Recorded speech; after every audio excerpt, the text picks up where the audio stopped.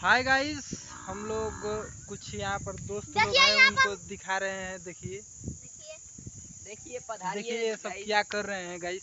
देखिए देखिए यहाँ पर हम भी है, यहाँ पर हग रहे हैं हम। देखिए गाइस, ये मूस मारने का तरीका है, आप लोग बिहार में नहीं देखे होंगे। ये शहर में देखने को नहीं मिलता है, ये तो सब देहात ही में मिलता है।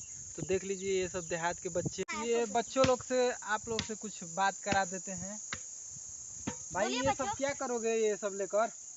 खाने के लिए इंतजाम कर रहे हैं। खाने के लिए? हाँ। तो ये क्या है मतलब?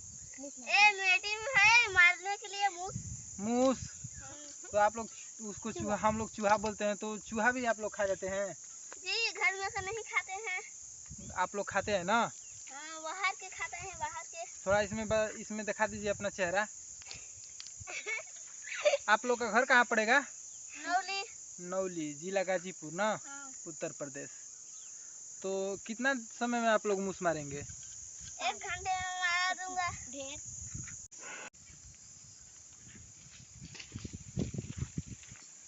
तो हे गाइस, देखिए इन लोग इतना धूप में मेहनत कर रहे हैं, तो आप लोग लाइक सब्सक्राइब जरूर करें। सब्सक्राइब करने जरूर। मैं इतना धूप में